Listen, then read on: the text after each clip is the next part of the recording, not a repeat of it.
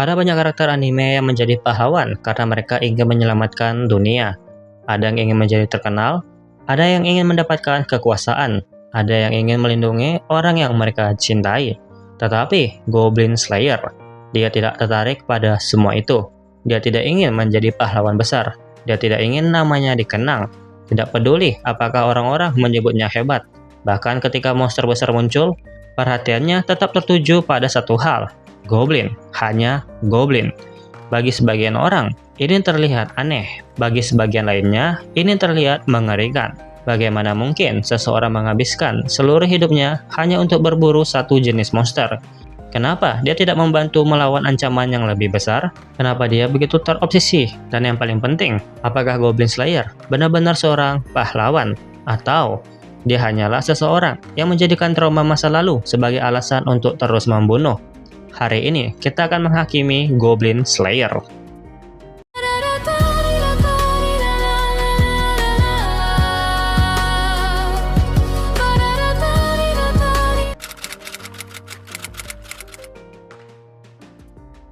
Untuk memahami Goblin Slayer, kita harus kembali ke masa kecilnya. Ketika masih kecil, dia hidup di sebuah desa bersama keluarganya. Hidupnya sederhana. Dia memiliki keluarga, memiliki rumah, memiliki kehidupan yang normal. Sampai suatu hari, semuanya berubah. Desanya diserang Goblin. Peristiwa tersebut menghancurkan kehidupannya. Keluarganya menjadi korban, dan sejak saat itu, cara Goblin Slayer melihat dunia berubah selamanya. Disinilah semuanya dimulai. Seorang anak melihat sesuatu yang seharusnya tidak pernah dilihat seorang anak. Dia kehilangan rasa aman, kehilangan keluarganya, dan yang paling penting, dia kehilangan kepercayaan bahwa dunia akan melindunginya. Tetapi ada satu hal yang membuatnya berbeda. Dia tidak hanya mengingat kejadian tersebut, dia menjadikannya sebagai tujuan hidup.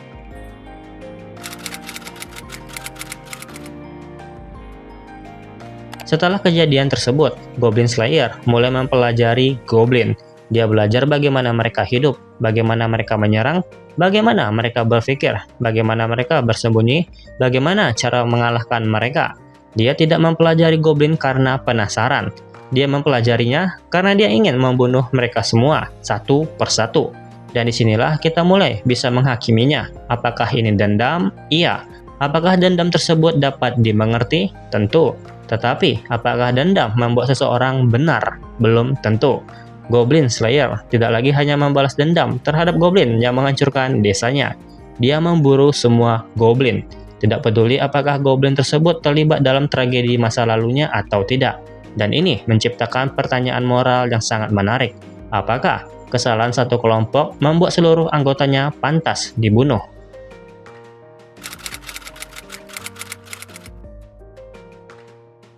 Goblin Slayer memiliki satu prinsip yang sangat sederhana. Jika ada Goblin, bunuh. Jika ada kemungkinan Goblin masih hidup, pastikan mereka tidak kembali. Dia tidak tertarik pada negosiasi, tidak tertarik pada belas kasihan, tidak tertarik pada reputasi. Baginya, Goblin adalah ancaman. Dari sudut pandang tertentu, ini sangat masuk akal. Di dunia Goblin Slayer, Goblin memang merupakan ancaman nyata bagi manusia. Mereka menyerang desa, menculik manusia, dan melakukan berbagai tindakan brutal. Jadi Goblin Slayer tidak menciptakan ancaman tersebut dari imajinasinya. Dia memang menghadapi monster yang berbahaya. Namun, ada masalah lain. Goblin Slayer sering memandang semua Goblin sebagai satu kategori yang sama. Tidak ada ruang untuk banyak pertanyaan, tidak ada ruang untuk kompromi. Baginya, selama itu Goblin, maka tugasnya sudah jelas.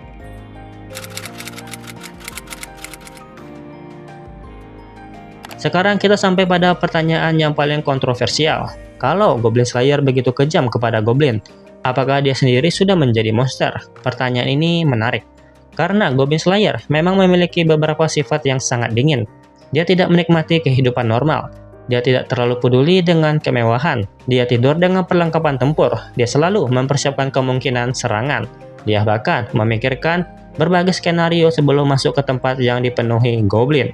Namun, ada satu perbedaan besar. Goblin Slayer tidak membunuh manusia demi kesenangan. Dia tidak mengejar kekuasaan. Dia tidak membunuh orang yang tidak bersalah. Dia memburu sesuatu yang menurutnya merupakan ancaman. Jadi, apakah dia monster? Menurutku tidak. tetapi dia adalah seseorang yang hidup sangat dekat dengan sisi gelap manusia, dan itu membuatnya menjadi karakter yang menarik.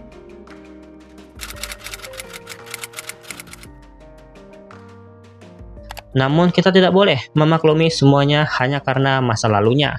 Goblin Slayer memiliki obsesi, dan obsesi tersebut sudah mengambil sebagian besar hidupnya. Dia tidak memiliki tujuan lain, tidak memiliki ambisi lain, tidak terlalu memikirkan masa depan.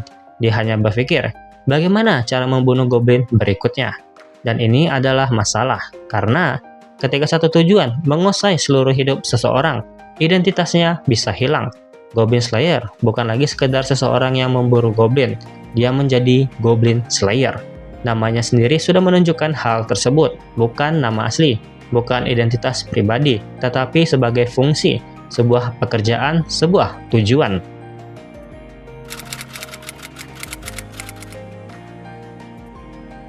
Salah satu hal paling menyedihkan dari Goblin Slayer adalah dia tidak terlihat sedang mencari kebahagiaan. Dia hanya mencari pekerjaan berikutnya. Dia tidak mengejar masa depan yang indah. Dia tidak bermimpi memiliki rumah besar, tidak mengejar kekayaan, tidak mengejar status. Dia hanya ingin memastikan tidak ada lagi orang yang mengalami tragedi seperti yang dia alami. Ini membuat karakternya tragis, karena tujuan hidupnya sebenarnya berasal dari sesuatu yang sangat baik. Dia tidak ingin orang lain mengalami penderitaan yang sama, tetapi caranya mencapai tujuan tersebut sangat ekstrim.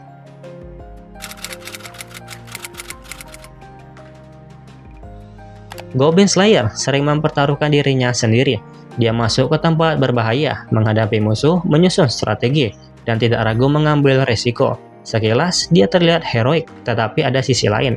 Dia tidak terlalu peduli dengan keselamatan dirinya sendiri, dan ini bisa menjadi masalah. Karena seorang pahlawan bukan hanya seorang yang berani mempertaruhkan hidupnya. Seorang pahlawan juga harus memahami nilai hidupnya sendiri.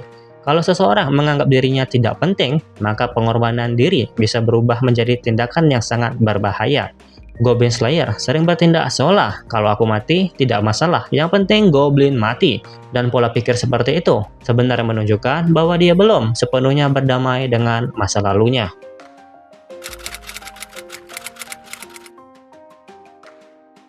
Trauma masa lalu membuat Goblin Slayer terus melihat dunia melalui satu lensa, Goblin. Ketika seseorang pernah kehilangan rumah karena Goblin, wajar jika dia menjadi waspada. Tetapi masalahnya, dia tidak pernah benar-benar keluar dari kejadian tersebut. Tubuhnya tumbuh, kemampuannya berkembang, tetapi sebagian pikirannya masih berada di masa lalu. Dia tidak benar-benar mengejar kehidupan baru, dia hanya mencoba memastikan tragedi lama tidak terjadi lagi. Dan ini membuat kita bertanya, apakah dia sedang hidup, atau apakah dia hanya terus bertahan?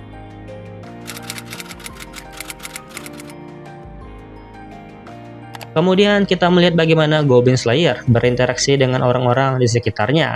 Ada gadis guel, ada gadis sapi, ada pendeta, ada elf, ada shaman, dan ada lizard. Mereka semua perlahan menjadi bagian dari hidupnya. Dan menariknya, Goblin Slayer tidak selalu memahami hubungan tersebut. Dia bukan orang yang pandai mengungkapkan perasaan. Dia juga tidak terlalu ekspresif, namun dia memperhatikan mereka. Ketika teman-temannya berada dalam bahaya, dia bertindak. Ketika seseorang membutuhkan bantuan, dia membantu. Dia mungkin tidak mengatakan, aku khawatir, tetapi tindakannya menunjukkan bahwa dia peduli. Ini penting, karena Goblin Slayer bukan karakter tanpa emosi. Dia hanya tidak pandai mengungkapkannya.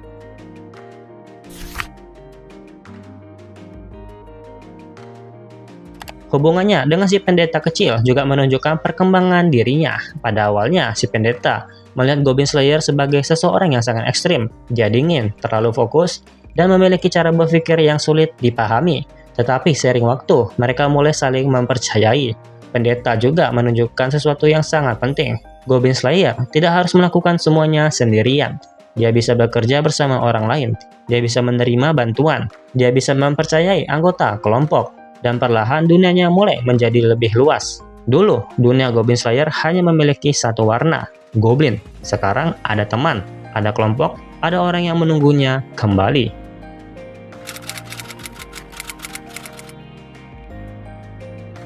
Iya, tetapi perubahannya sangat kecil. Dia tidak tiba-tiba menjadi karakter yang banyak bicara, tidak berubah menjadi orang yang sangat emosional, tidak meninggalkan misinya. dia masih memburu goblin. Namun, dia mulai memahami bahwa hidupnya bukan hanya tentang membunuh goblin. Orang-orang di sekitarnya perlahan menjadi alasan lain untuk bertarung. Dulu, aku mau bunuh goblin karena mereka menghancurkan hidupku. Dan sekarang, aku mau bunuh goblin karena ada orang yang ingin aku lindungi. Perbedaannya sangat besar. Yang pertama adalah dendam. Yang kedua adalah tanggung jawab.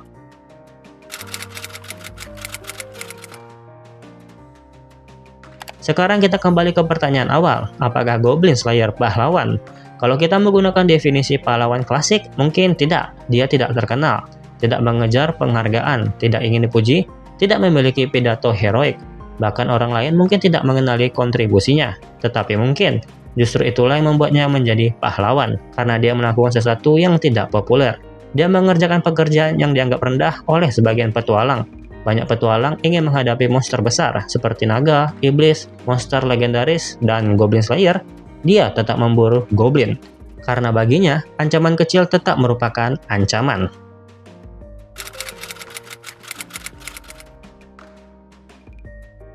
Namun, kita tetap harus mengkritik cara berpikirnya. Goblin Slayer terlalu absolut. Dia sulit menerima perspektif lain. Dia sering menganggap solusi terbaik adalah solusi yang paling aman dan paling mematikan.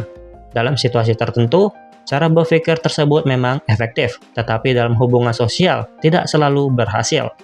Manusia tidak bisa diperlakukan seperti goblin, teman tidak bisa diperlakukan seperti musuh, dan masalah emosional tidak bisa diselesaikan hanya dengan strategi.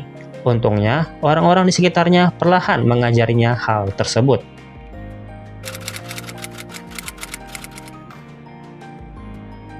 Jawabannya iya, Goblin Slayer sangat kejam terhadap goblin. Namun konteks dunia ceritanya sangat penting. Goblin bukan sekedar makhluk kecil yang tidak berbahaya. Mereka merupakan ancaman serius, dan Goblin Slayer memahami ancaman tersebut lebih baik daripada kebanyakan orang. Jadi masalahnya bukan kenapa dia membunuh goblin. Masalahnya lebih dalam. Seberapa jauh trauma boleh menentukan cara seseorang memperlakukan dunia. Karena Goblin Slayer memang benar bahwa goblin berbahaya. Tetapi benar dalam satu hal, tidak berarti semua keputusan yang dibuat karena keyakinan tersebut otomatis benar.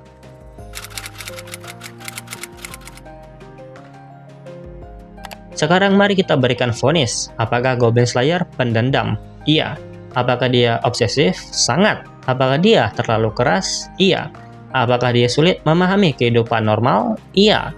Apakah dia terkadang mempertaruhkan dirinya terlalu jauh? Iya. Tetapi, apakah dia jahat? Tidak.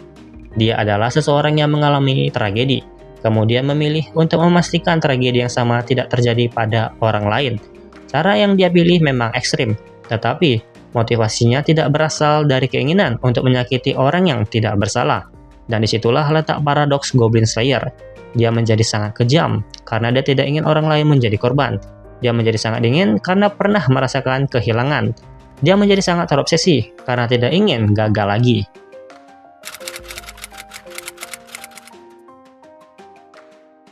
Goblin Slayer bukan karakter yang harus kita kagumi tanpa kritik.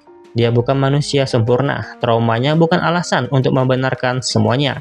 Dendam bukan moralitas. Dan tujuan yang baik tidak selalu membenarkan setiap tindakan. Namun, Goblin Slayer juga bukan monster. Dia adalah seseorang yang kehidupannya dibentuk oleh tragedi. Dan bukannya membiarkan dirinya menghancurkan orang lain, dia memilih menggunakan dirinya sebagai perisai. Masalahnya, dia terlalu lama menjadi perisai, sampai lupa bahwa perisai juga bisa retak. Teman-temannya kemudian menjadi bagian penting dalam hidupnya. Mereka menunjukkan kepadanya bahwa dunia bukan hanya tempat penuh ancaman. Ada juga persahabatan, kepercayaan, ada kebersamaan, dan ada masa depan. Dulu, Goblin Slayer hidup untuk membalas masa lalu. Sekarang, perlahan-lahan, dia mulai hidup untuk melindungi masa depan. Dan itu adalah perkembangan terpenting dalam karakternya. Jika kita harus memberikan satu kalimat terakhir, maka vonis terhadap Goblin Slayer adalah bersalah karena membiarkan dendam mengambil terlalu banyak bagian dari hidupnya. Namun tidak bersalah karena berusaha melindungi orang lain dari penderitaan yang pernah menghancurkan dirinya. Karena pada akhirnya, Goblin Slayer bukan tentang seorang pria yang suka membunuh goblin. Ini adalah cerita tentang seseorang yang kehilangan segalanya, kemudian mengubah rasa takutnya menjadi tujuan. Dia tidak ingin menghapus masa lalu, tidak bisa mengembalikan keluarganya, tidak bisa membuat tragedi itu tidak pernah terjadi, tetapi dia bisa memastikan orang lain tidak mengalami hal yang sama. Dan mungkin itu sebabnya dia terus berjalan, bukan karena dia tidak memiliki rasa takut, bukan karena dia tidak memiliki perasaan, tetapi karena dia tahu persis apa yang terjadi ketika tidak ada seseorang yang datang untuk menolong. Jadi ketika orang lain bertanya, "Kenapa kau hanya membunuh goblin?" Jawabannya sangat sederhana. Karena bagi orang lain, goblin hanyalah salah satu jenis monster, tetapi bagi Goblin Slayer, goblin adalah alasan mengapa dia kehilangan masa kecilnya. Dan selama masih ada orang yang berpotensi menjadi korban, dia akan terus memburu mereka. Namun mungkin ada satu hal yang akhirnya berubah. Dulu, Goblin Slayer bertarung karena dia tidak memiliki alasan untuk hidup selain membunuh goblin. Sekarang, dia memiliki orang-orang yang ingin dia lindungi. Dan perbedaan itu kecil dalam kata-kata, tetapi besar dalam kehidupan. Karena dendam membuat seseorang bertanya, siapa yang harus kuhancurkan? Sedangkan kepedulian membuat seseorang bertanya, siapa yang harus aku lindungi? Dan perlahan, Goblin Slayer mulai berpindah dari pertanyaan pertama menuju pertanyaan kedua. Itulah perkembangan sebenarnya dari Goblin Slayer. Bukan ketika dia membunuh goblin paling banyak, bukan ketika dia mengalahkan musuh terkuat, tetapi ketika dia mulai menyadari bahwa hidupnya bisa memiliki arti di luar dendam. Dan mungkin suatu hari dia tidak lagi hanya dikenal sebagai Goblin Slayer, tetapi sebagai seseorang yang akhirnya menemukan alasan untuk hidup setelah bertahun-tahun hanya mengetahui cara bertahan.